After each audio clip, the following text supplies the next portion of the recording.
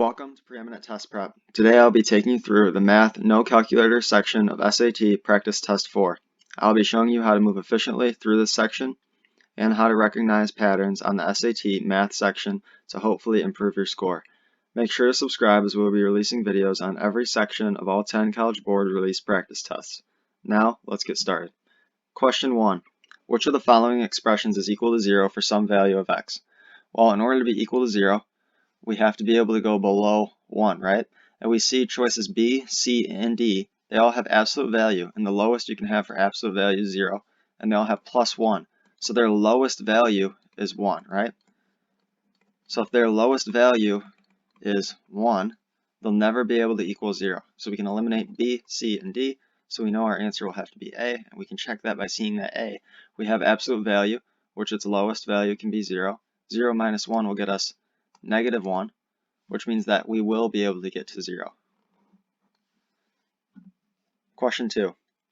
In the function above, b is a constant. If f of 6 equals 7, what is the value of f of -2? So we'll go ahead and plug in 6 for x, and we'll put 7 as our y. So we have 7 equals 3 over 2 times 6 plus b. Now we're going to solve for b, so we have 3 over 2 times 6. That's the same as 1.5 times 6, which is 9.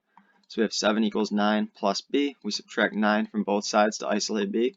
7 minus 9 gives us -2, so we know b is -2. Now we can go ahead and plug in our -2 for our x now that we know b, and we can solve for what f of -2 is. So we can go ahead and put in our equation, right?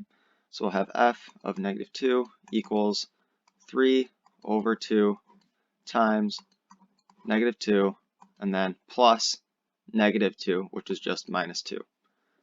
So 3 over 2 is 1.5, so we have 1.5 times -2. 1.5 times -2 is -3, so we have -3 minus 2. -3 minus 2 is -5, so our answer will be A, -5. Question 3. If xy is the solution to the system of equations above, what is the value of y? Well, we're going to start out, we have to find what x equals, and then we'll plug in x in our bottom equation to solve for y. So we have x over y equals 6. We'll multiply both sides by y to get x alone. So we have x equals 6y. Now we can go ahead and plug that in to our bottom equation. So we have 4y plus 1 equals x, and we already determined that x equals 6y, so we plug in 6y for x. So now we distribute our 4 to our y and our plus 1. So we have 4 times y, we get 4y. 4 times 1 gives us plus 4, and that equals 6y. We subtract 4y, so we can isolate y onto one side. 6y minus 4y gives us 2y, so we have 2y equals 4. We'll divide both sides by 2 to isolate y, and we get y equals 4 over 2, which means that y equals 2 because 4 over 2 is 2. Question 4. If f of x equals -2x plus 5, what is f of -3x equal to? Well, f of -3x just means we're putting in -3x where we have our x, right? So f of -3x will equal -2 times -3x plus 5. Okay, so now we're going to go ahead and multiply -2 by -3x. -2 times -3x gets us positive 6x plus 5, right? So we get 6x plus 5, which is B. Question 5. Which of the following is equivalent to the expression above? Okay, so what we're going to do here is we're going to go ahead and multiply our 3 by our 2x and by our plus 1. So 3 times 2x gives us 6x, and 3 times 1 gives us plus 3. So we have 6x plus 3, and we have to multiply that by 4x plus 1. So we'll go ahead and use FOIL. So we'll do 6x times 4x.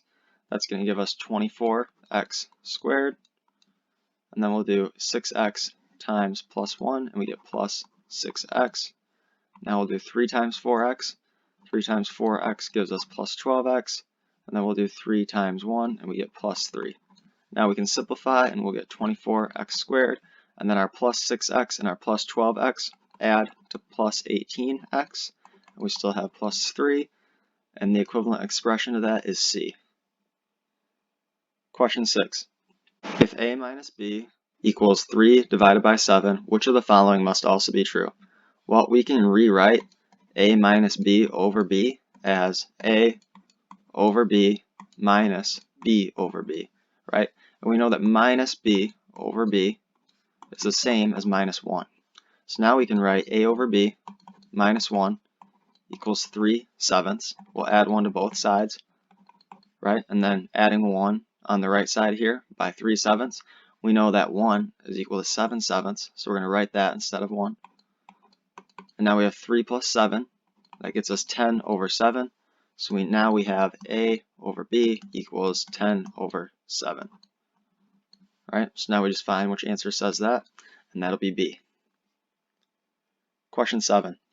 While preparing to run a marathon, Amelia created a training schedule in which the distance of her longest run every week increased by a constant amount.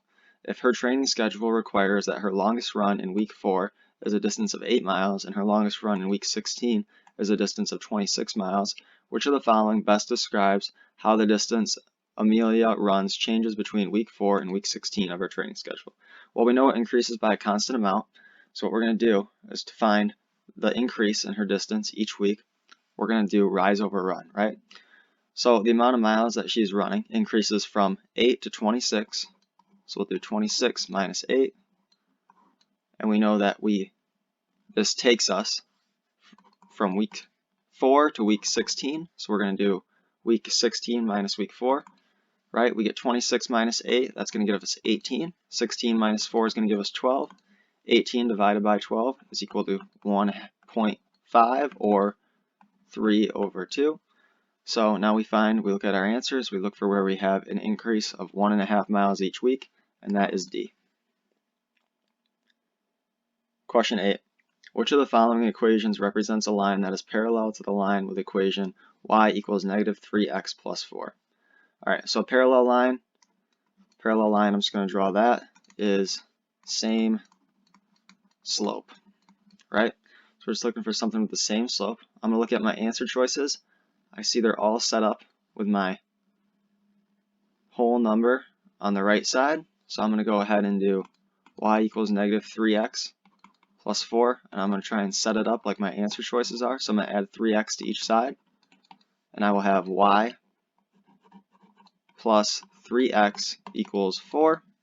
Okay, now what we know is when things have the same slope, that the ratio of their x to y is going to be the same, right? So we can see that up here we have 1y to 3x is our ratio. So now I'm just going to look through my answer choices and look for one that has 1y to 3x. I see an A, y is 2, and I see x is 6. I know that can be simplified if we're looking at ratios to 1y and 3x, which is the same ratio. So we know our answer will be A. Question 9. If A equals 2, what is the solution set of the equation above? Alright, so we're just going to go ahead and plug in 2 for A. So I'll have root x minus 2 equals x minus 4. Now we're going to have to go ahead and square both sides so we can get rid of our square root. X minus 4 squared, that's going to give us x squared minus 8x plus 16. And here's how I know that very quickly, is if you memorize your pattern, your a minus b squared. A minus b squared is always going to equal a squared minus 2ab plus b squared. So if we go ahead and do that, we see we have a is x, so we have x squared, then minus 2ab. So in this case, our a times our b is going to be 4x. 4x times 2 gives us minus 8x. And then we have plus b squared. Our b is negative 4. Negative 4 squared gives us plus 16. Right, so we have our x squared minus 8x plus 16 equals x minus 2. I'm going to rewrite that over here so it's more clear. So we have x minus 2 equals x squared minus 8x plus 16. Okay, I'll go ahead and section off this so we don't get it confused. Alright, now we're going to have to set this equal to 0. So we're going to add 2 to both sides. And then we're going to subtract x from both sides. Right, so now we have negative 9x plus 18 with our x squared out front, and that equals 0. So I'm going to scroll down a little bit so I have more room. So we have x squared minus 9x plus 18 equals 0. Okay, so we're looking for factors of 18 that add to negative 9. The only factors that really come to mind here are 9 and 2. 9 and 2 you can't use to form negative 9. So that means we're going to have to use the quadratic formula, which is negative b plus or minus the square root b squared minus 4ac all over 2a. So we're going to go ahead and plug in our a, b's, and c's. So negative b will be negative 9, which will give us positive 9. And then negative 9 squared is 81. And then we'll have minus 4 times a, our a is 1, times our c, and our c is 18. Right? So 4 times 18, or I'm sorry, negative 4 times 18 will get us negative 72. So now we have 81 minus 72. 81 minus 72 is equal to 9. Right? So now we have square root of 9. Well, we know the square root of 9 is 3. So now we can go ahead and take this off. We can put in 3. And we know that this is all over 2 times a. We know our a is 1, so it's all over 2. Now we can go ahead and simplify if we can, which if we were to go back and look at the top, because we always want to keep in mind what we're asked to solve for. We're asked for the solution set of the equation above, right? So possible solutions to the equation above. So we can go ahead and start with 9 plus 3 over 2, and that'll equal 12 over 2, which is equal to 6. So 6 is a possible answer. We'll have to check it to see if it is an answer. So we'll write 6 is possible answer. Okay, next we're going to have 9 minus 3 over 2.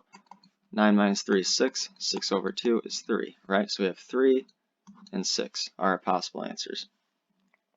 So now we're going to go up top. We're going to plug in. We'll start with 6. Alright, so if we had 6 for x, we'd have the root 6 minus, we said a is 2. Okay, so root 6 minus 2. 6 minus 2 is 4. So we would have root 4 equals our x, which we said is 6, minus 4, which would be 2. So it is root 4 equal to 2. Yes, it is, because root 4 is 2. So that's a check mark. So we know that our answer of 6 works, right? So we can go ahead and get rid of B and C. We can put a check mark by 6. Now we got to check 3. Right? So I'll go ahead and erase this so that we can check 3. Alright, so if we plug 3 in for x, we have the square root of 3 minus 2, which is the square root of 1. So we'd have square root 1, and if we plug in our 3 for our x, 3 minus 4 gets us negative 1. So does the square root of 1 equal negative 1? It does not. The square root of 1 only equals 1. So therefore, 3 is not our answer choice, A is out, and D is our answer. Question 10. If t plus 5 divided by t minus 5 equals 10, what is the value of t? Alright, so what we got to do here is we got to go ahead and multiply by our denominator so that we can get our t off the denominator, right? We want to have an even slate, so nothing in the denominator. So we're going to go ahead and multiply each side by t minus 5. 10 times t minus 5. We go ahead and we distribute our 10. So we get 10t minus 5 times 10, so minus 50, equals t plus 5. We subtract t from each side so that we can isolate t. So we have 9t, and then we add 50 to each side. Adding 50 to each side, 5 plus 50 gives us 55. So we have 55 equals 9t. We divide each side by 9, so we isolate t. And we get t equals 55 divided by 9, which is answer choice D. We check our question. Our question is asking for the value of t, so we are all set. How many ordered pairs xy satisfy the system of equations shown above? Well, they're giving us what y equals, so we can go ahead and plug in y in our equation for x. So we will have x equals 2 times 2x minus 3 times x plus 9 plus 5. So we'll go ahead and do what's in parentheses first. So we'll do 2x times x, which gives us 2x squared. Then we'll do 2x times plus 9, which will give us plus 18x. Then we'll do negative 3 times x, so we'll have minus 3x. Then we'll do negative 3 times 9, which will give us minus 27. Keep in mind we still have to multiply that by 2. and then we also have plus 5. So now we're going to go ahead and multiply by 2. So 2 times 2x squared gives us 4x squared. And then we have, right here, we have plus 18x and minus 3x. So that's going to simplify down to plus 15x. We multiply that by 2, right? Now plus 15x times 2 gives us plus 30x. And then we have negative 27 times 2. Negative 27 times 2 gives us negative 54. And we have plus 5. So now we can go ahead and simplify, right? So we're going to set it equal to 0 by subtracting x from each side. So now we have 0 equals 4x squared plus 29x minus 49. So now what we're going to do, we're going to look at this, right? We're looking for factors of negative 49 that add to 29, and there aren't any because the only factors of negative 49 are negative 7 and 7, and those would add to 0, right? So now we're going to use the quadratic formula, which is negative b plus or minus the square root b squared minus 4ac over 2a, and you could use that to go ahead and solve for the zeros, but what I would actually recommend doing is I would recommend doing this. And this is something, this is like a pattern or a trick that you should really know for the SAT because it can actually help you move a lot quicker. So if b squared minus 4ac is greater than 0, then there are two unequal real solutions, right? So you'll have two unequal real solutions, right? If that's b squared minus 4ac is greater than 0. Now, if b squared minus 4ac equals 0, then there are two equal repeating real solutions.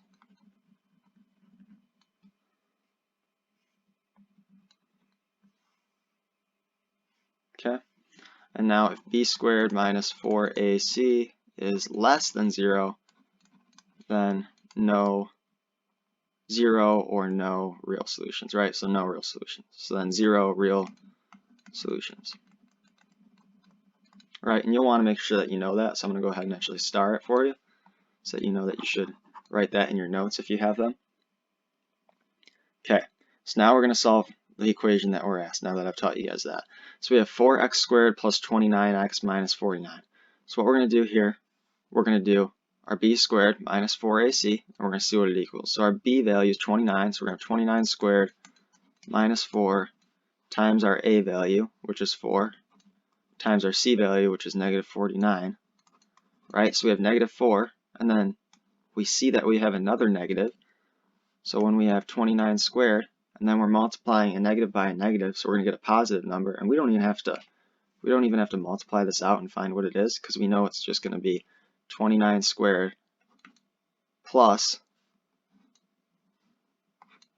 this right here. So plus 4 times 4 times 49 is what it's going to be, right? So we know that it'll be positive. And if we really wanted to do the math, we could say negative 4 times 4, that's going to give us negative 16. Negative 16 times a negative number, negative 16 times a negative number, it's going to give us a positive number, right? So that means that we have to be, we'll just call this positive, right? We'll just say positive. And we know that that's going to have to be greater than 0. And if it's greater than 0, what does our rule say? It says that there has to be two unequal real solutions, right? So I'm going to write that up here. Two real solutions. And I'll put unequal. So our answer is going to be C.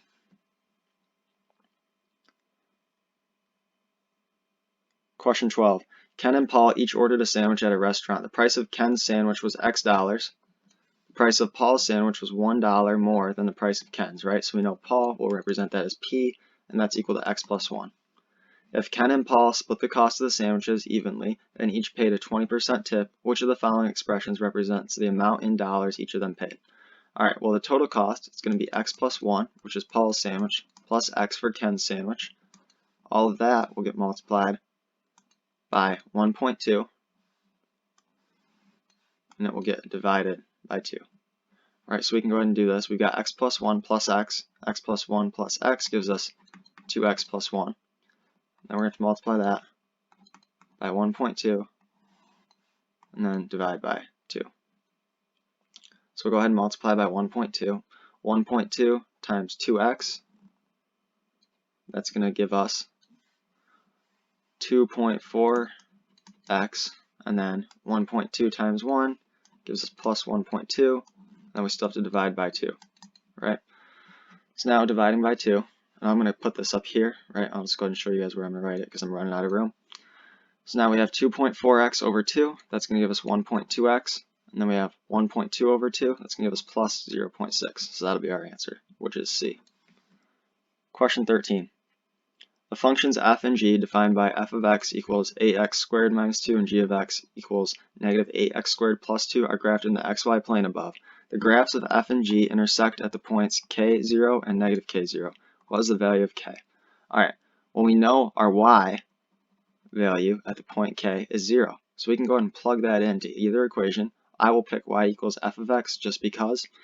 So we'll go ahead and put that in. So we'll have 0 equals, now our equation's right here, 8x squared minus 2. Now all we got to do is solve for x because x will be k. So I can even take this x out and I can just call it k. So I'll go ahead and do that for you guys just to show you. So now I'm going to go ahead and add 2 to both sides so I can start isolating my k. So now I have 2 equals 8k squared. 2 equals 8k squared. I divide each side by 8 so I can isolate my k squared. 2 over 8, I know that that's 1/4 and that's equal to k squared. I square root my k squared to get k alone. Now when you square root a fraction, what's going to happen? So we know we have k on the side, right? When we square root a fraction, that's the same as doing square root 1 over square root 4. I'm going to rewrite that because I wrote that kind of messy. So we've got square root 1 over square root 4. We know that square root of 1 is 1. We know the square root of 4 is 2. So therefore we know k equals 1/2, right? So we'll go ahead and find that, and that'll be B. Question 14. If the expression above is rewritten in the form a plus bi, where a and b are real numbers, what is the value of a? Alright, so with this expression, what we're going to do, when we see an equation with imaginary numbers stacked up like this, we're going to multiply by the denominator, but we flip the sign, right? So this minus sign, we multiply by the denominator, but we flip the middle sign, right? So we have minus 2i, we switch that to plus 2i, and we multiply. Alright, so I'll go ahead and get rid of this arrow, and we'll go ahead and start doing it. Alright, so we'll go ahead and do the bottom first, right? So 3 minus 2i and 3 plus 2i. Well, we know that this is going to be the difference of perfect squares, right? So we know our middle terms are going to cancel because we're going to have negative 2i times 3, which will give us negative 6i, and we're going to have 3 times plus 2i, which will give us plus 6i. So our middle terms are going to cancel. So all we got to do is 3 times 3, that's going to give us 9, and then we got to do negative 2i times plus 2i. Negative 2i times plus 2i is going to give us negative 4i squared, and we know that I squared equals negative 1, right? So this will be negative 4 times negative 1, and that's going to give us plus 4, right? So now we know our denominator is 13, right? So we'll go ahead and put that down here. And then next, we have our numerator. So we're going to go ahead and multiply 8 times 3, that'll give us 24. And then we'll multiply our 8 times 2i, and that will give us 16i. Then we'll multiply negative I by 3, and that'll give us minus 3i.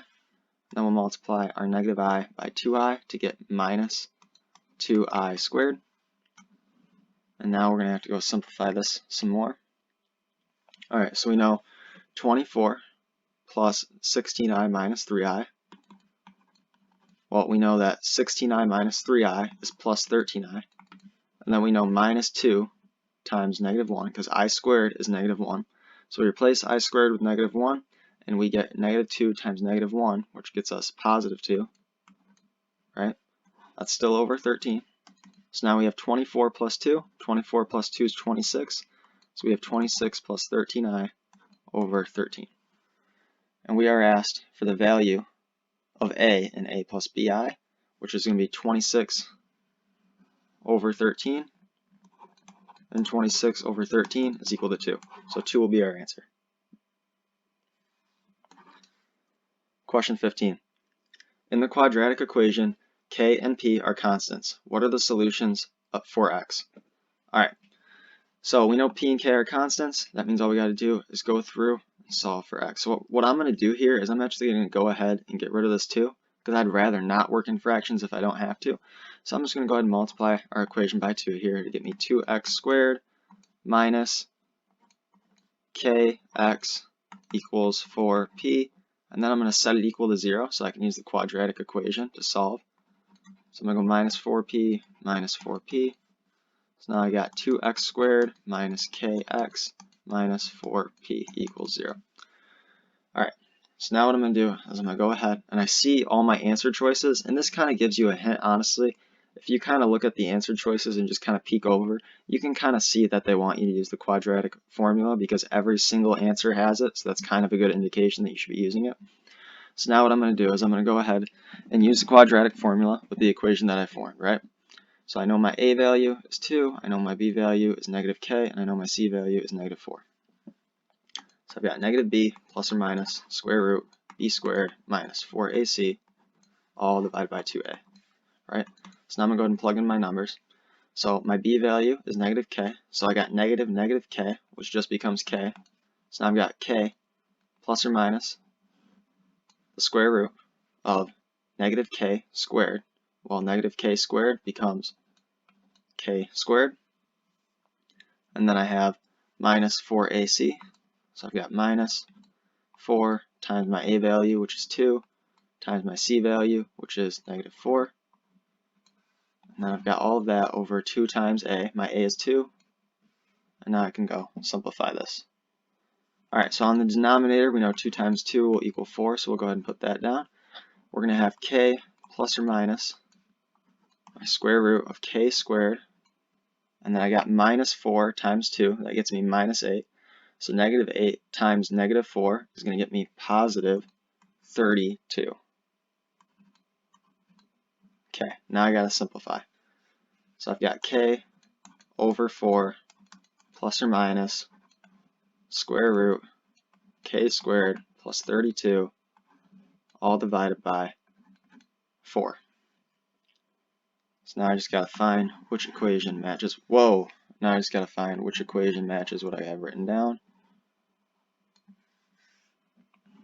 Okay, so I got k over 4. We can go ahead and eliminate c and d. And then I have the plus or minus the square root k squared plus 32p. That reminds me, so I forgot to put in my p on here. So the p would have been, the p was with my negative 4 at the end because it was with my c value. So I got minus 4p there. So I can go ahead and put that in and tack it on with 32. So my answer is going to be B. Okay, question 16.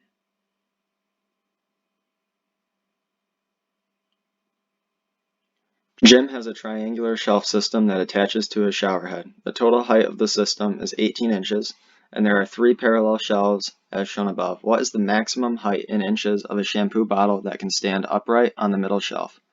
Alright, so we know that our height here is 18, and we know we have similar triangles here, here, and here because we have parallel lines going across, and we have one line going diagonal down there. So we know that we have similar triangles, which means that the ratios of their sides are going to be proportional, right? So all the sides are going to be proportional to each other since we have a similar triangle. So that means that this 18, it's going to be split just like we have our x's split on this side. So that means that since we know 3x over our total side length for this side here, right, we know our total side length is 6x here, and we know our middle part, so the middle portion right here, I'll go ahead and color that in a little bit. We know that that part is 3x. So we know our middle one is going to be 3x over 6x, which is half, right? So half of our total is our middle one. Well, if we know half our total goes to our middle, like our middle portion right in here, right? If we know half our total goes there, and we know our total height's 18, we can go half times 18 over 1, and we get 18 over 2. 18 over 2 equals 9. So our answer is going to be 9. Question 17. In the triangle above, the sine of x is 0.6. What is the cosine of y? A little quick tip. In a triangle, in a right triangle, sine of x equals cosine of y. Memorize that because this question is, this is just a really good thing to know because it, in my opinion, I think that it does show up on, it shows up on SAT practice tests. You should know it. Anything that shows up on an SAT practice test, you should really know. This one I've seen on a couple SAT practice tests, and I think that it's good to know. So I think it's very helpful if you know it. So we're told sine of x, 0.6. What's cosine of y? It's going to be 0.6. So memorize this. It's really helpful. I mean, if you know this, then as soon as you see this question, it's like a 5-second question because you know immediately it's going to be 0.6. For what real value of x is the equation above true? All right. So when you have 4 terms like this, you do what's called grouping. So we're going to group our plus 2x minus 10. We're going to group our 5x minus 5x squared and our x cubed, right? So now we're going to find what goes in to x cubed and minus 5x squared. X squared does, and then we have, that's going to have to get multiplied by x minus 5 to still get us our equation here, right? Okay, and then we go to our next equation. In our next equation, what is the common factor of 2x and minus 10? It's going to be 2, and then we're going to have to multiply by x minus 5 to get 2x minus 10. So now what we do, we see we have x minus 5 here, and we have x minus 5 here.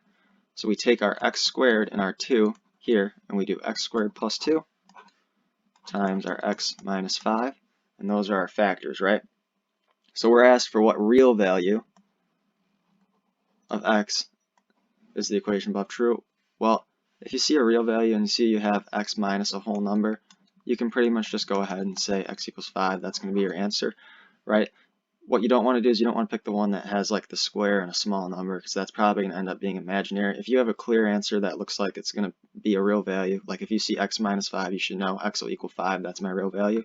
Go ahead and pick that and you don't even have to worry about it. If you were to start doing this, you'd see that x squared equals negative 2. You're going to end up dealing with imaginary numbers here because you're going to square root this, you're going to square root this, and you're going to have x equals root negative 2. So now you're dealing with imaginary numbers, whereas for real numbers. So we know our answer is going to be 5. Question 19.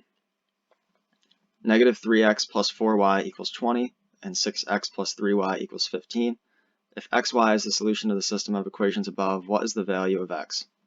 Alright, well, so basically, we're solving x and y, we're solving for x.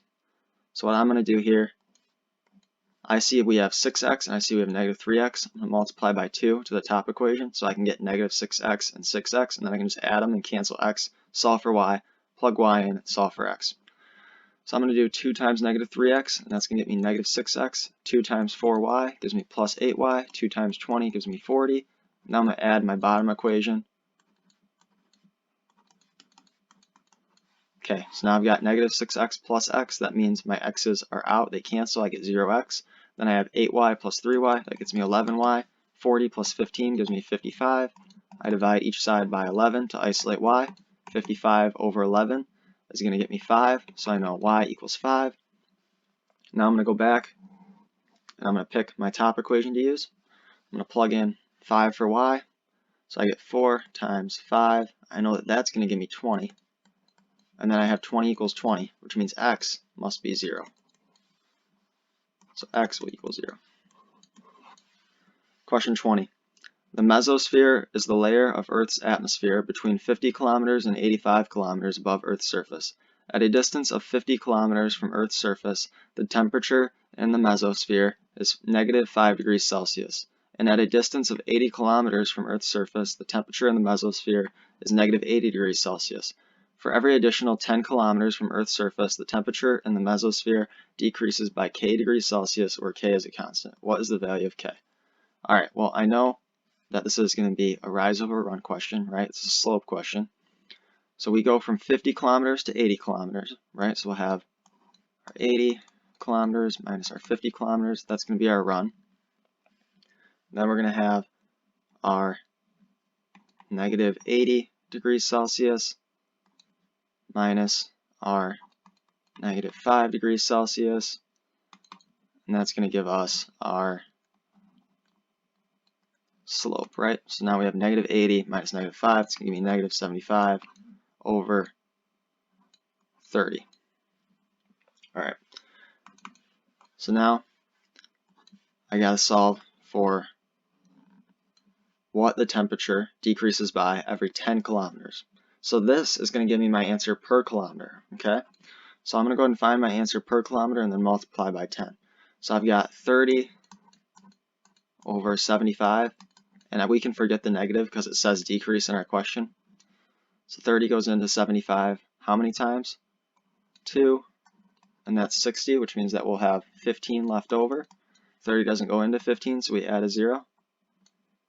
We put a decimal there. So now 30 goes into 150 5 times with no remainder. So we know 2.5 is our temperature change per 1 kilometer, right? But we need per 10 kilometers. So per 10 kilometers, we have to multiply by 10 to give us 25. So 25 will be our answer there.